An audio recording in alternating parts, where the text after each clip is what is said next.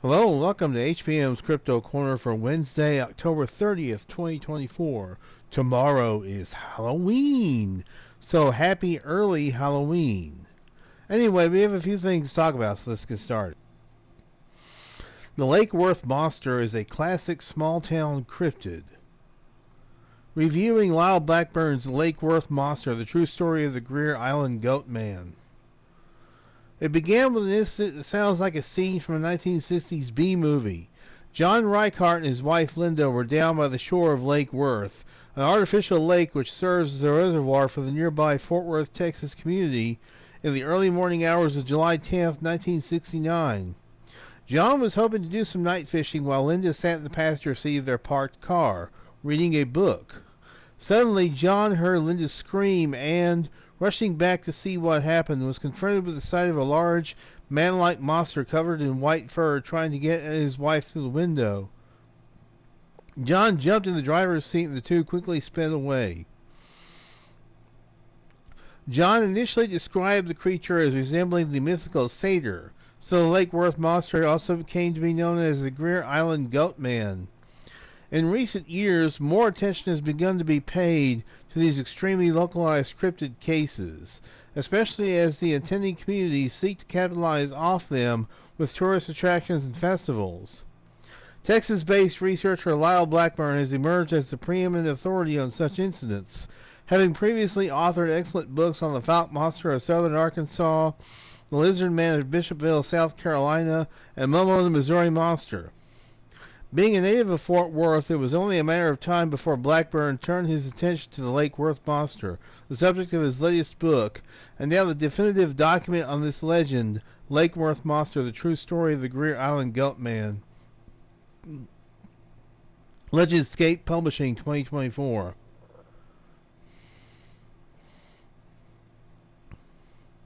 I have yet to get the book. I need to get the book. I do. I need to get this book.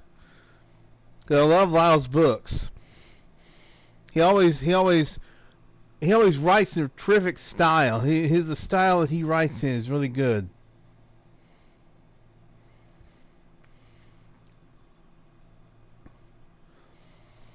Now this right here is similar to the Alan Plaster photograph, but this one was taken by a fellow named Bobby Brooks, who just so happened to be Sally Ann Clark's illustrator.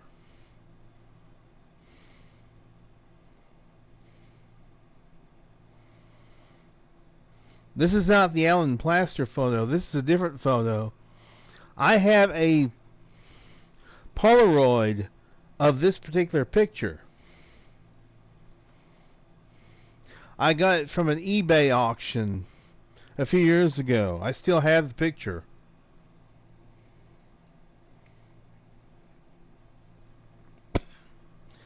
Now, those who say, well, it's a goat man, there are those who say it is a goat man, but there are those who say it's more related to Sasquatch.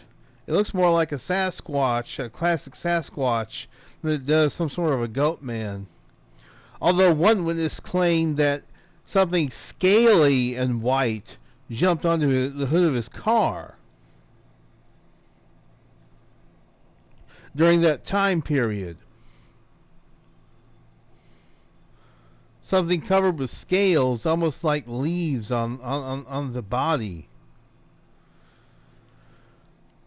I don't know for sure exactly what the Lake Worth monster was, or the Greer Island Goat Man. I couldn't begin to speculate. But it's a fascinating mystery. One that occurred during the time that we were conquering the moon. We were putting men on the moon at that point, during that summer.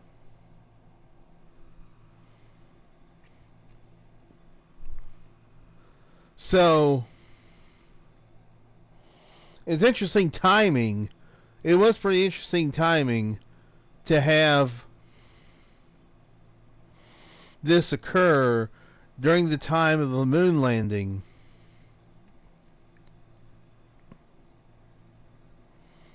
But who knows what this thing is or was. if it's still around. Do we even know if it's still around? Are people still seeing it? That's a good question. Maybe Lyle has the answer in his new book.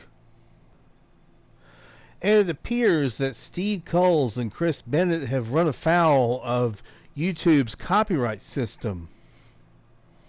Apparently, they are fighting a copyright claim. Well, the video that they put out about the Patterson-Gimlin film, the 57th anniversary, unfortunately was demonetized due to a copyright claim. And that's despite fair use. That's ridiculous. Now, unless the Hendon family or Mrs. Pat Patterson got wind of the video and said, we're going to fight this with a copyright claim,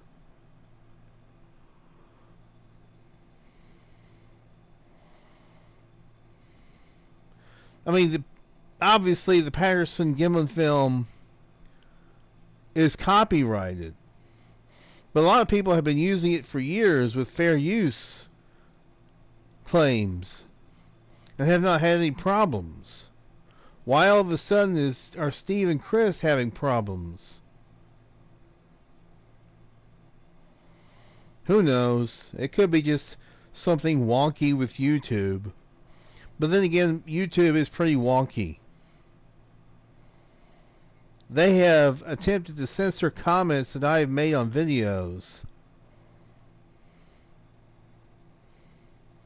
And now they want me to stop blocking ads on YouTube.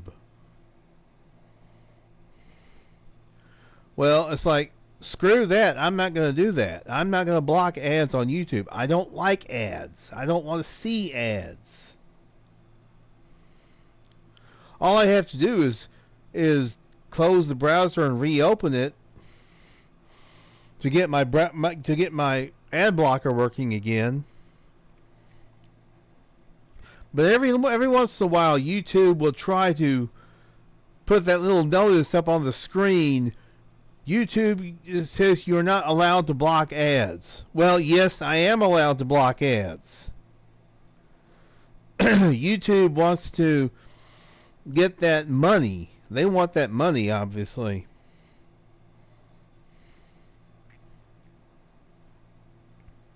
Well, with the way they censor people and the way that they try to the way that they try to push ads on us, I'm not giving them a dime. They say you have to try premium in order to not have ads. Well, all I need is an ad blocker. I use uBlock Origin, by the way, in case anybody is interested in perhaps blocking ads for themselves on YouTube. I know this is getting way off subject, but like I say, YouTube has been pretty wonky. Now they're acting wonky with Steve and Chris. Well, I'm going to defend Steve and Chris because they really didn't do anything wrong. But like I said, again, they're fighting it, so hopefully they'll win their case. Because other people have used PG film on their videos and have not been demonetized or had copyright claims against them. So I don't see why. I don't see why Steve and Chris couldn't use it.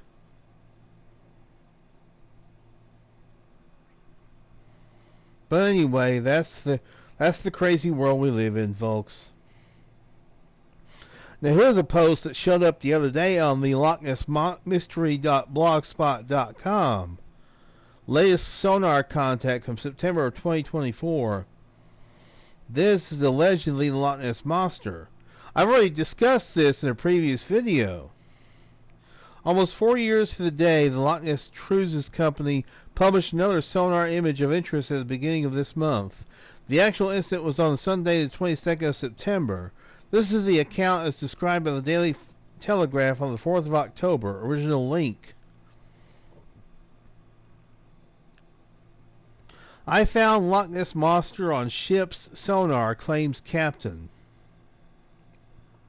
Large object spotted by underwater technology reignites speculation about mythical prehistoric creature.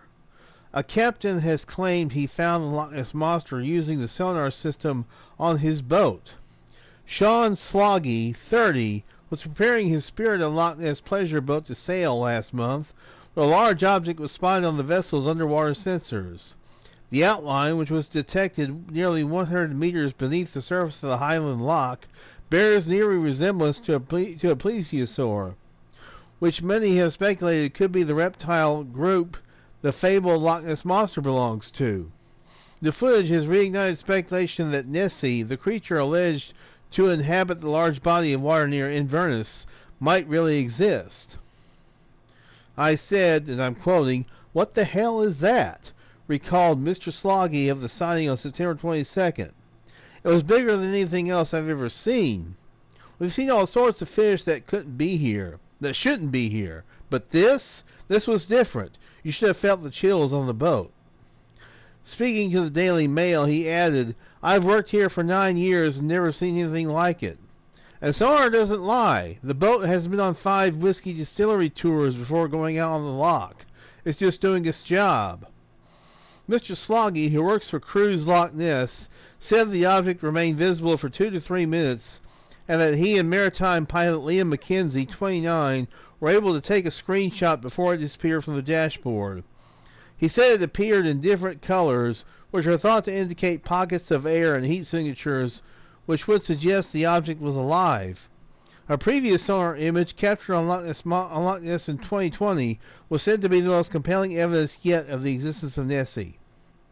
Mr. Sloggy said the previous image was believed to show a creature 8 to 10 meters, 26 to 32 feet long, and 1 meter, 3 feet wide, but speculated that the new object was a lot bigger than that. The image was captured while the boat was close to the mouth of the loch, which Mr. Sloggy said was the ideal location for a large predator to catch salmon and other fish going in and out. "There are fish in the loch that shouldn't be here. There are prehistoric creatures living in the loch and unknown codes of DNA, so there is room for mystery. This could change the angle of science on the loch, but how do you find out what it is? I've always known there's something there. What it is a mystery, but it definitely springs up in people's imaginations. It's not just about tourism, there's real science in studying the loch." Here's a closer-up view of it. And this is the location, I believe, on the loch. And this is a drawing of such a display, apparently.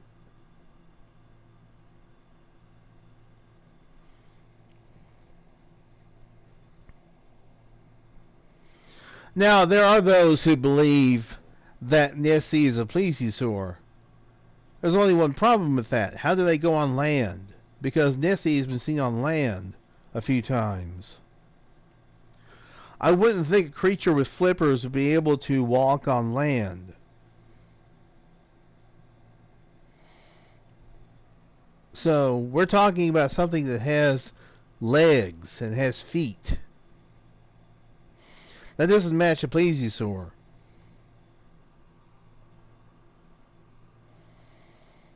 It may be a zeuglodon, a long-necked whale of some sort. But it could be something else. It could be something completely different. We really don't know for sure. We don't know a whole lot about Nessie or the creatures of Loch Ness. Now right here, this painting is an image of a plesiosaur-like Loch Ness monster. But maybe they're not plesiosaurs. That doesn't seem to match the descriptions of those who've seen them on land.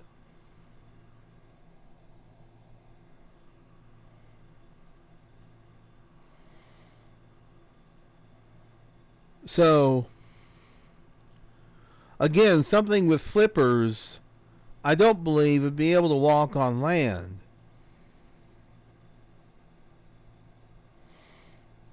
And I don't believe the witnesses who saw them on land were mistaken. So we have an interesting mystery here. Could there possibly be two types of Loch Ness Monster? One that can go on land and one that swims around in the loch. I think that's a question we do need to explore.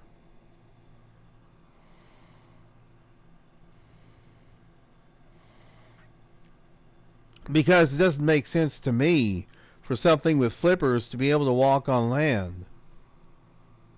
Something with legs and feet, yes. With flippers, no, I don't think so. Finally, Chupacabras has been picked for a new Texas soccer team name.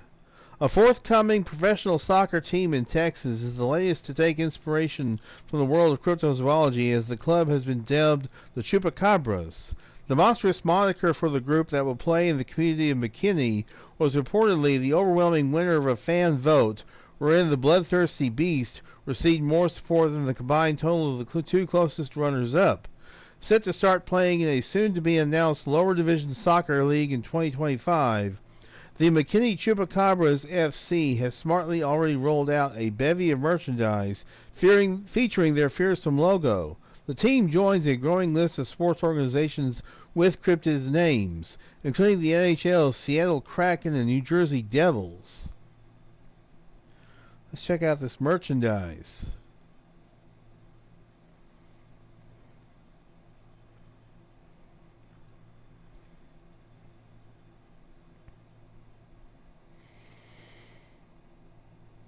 So this is some of the merchandise that they have available for the team.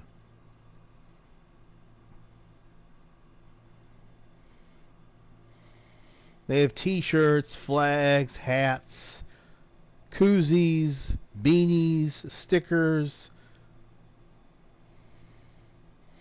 an inaugural season scarf, hoodies, and black training youth jersey.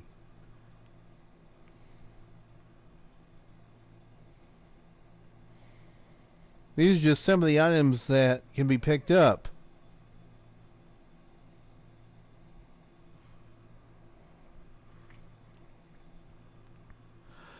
It's pretty cool, though, that yet another team, even though they're a minor league team, they're able to have a cryptid name.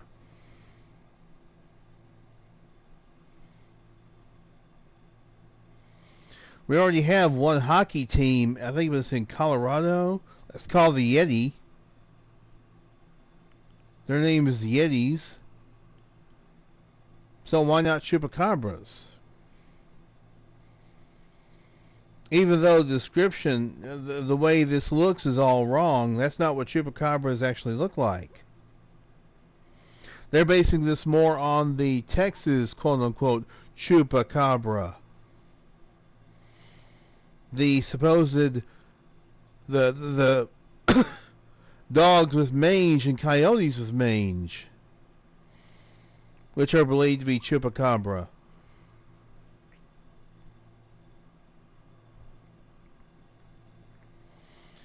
I don't think they're the same thing as what was described initially in Puerto Rico in 1995. What was described in Puerto Rico as an alien type looking thing with spines going down its back and red glowing eyes and 3 fingers on each hand and 3 toes on each foot. This looks more like a dog, not the classic description of Chupacabra.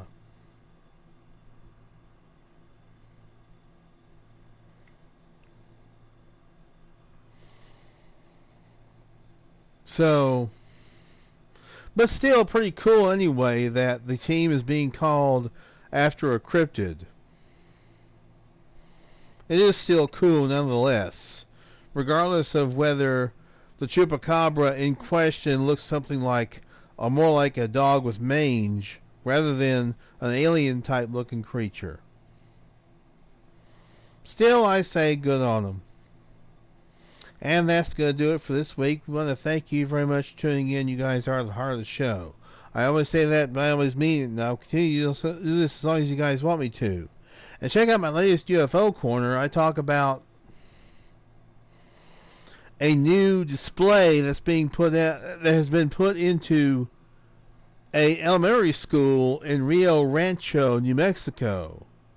A UFO display, UFO collection, a UFO archive, if you will. It's a really great story, I think, anyway.